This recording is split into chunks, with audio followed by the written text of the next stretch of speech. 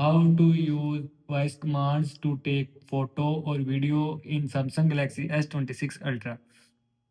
First of all, open camera. Now in camera, click on four dots more option, click on settings, scroll down, click on shooting methods. Now here you will see voice command. First of all, turn on this button. After turning on this button, take picture by saying smile, cheese, capture or shoot, or record video by saying record video. Now go back.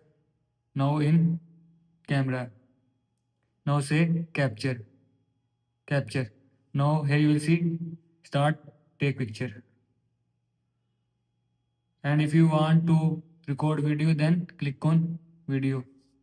Now say record video.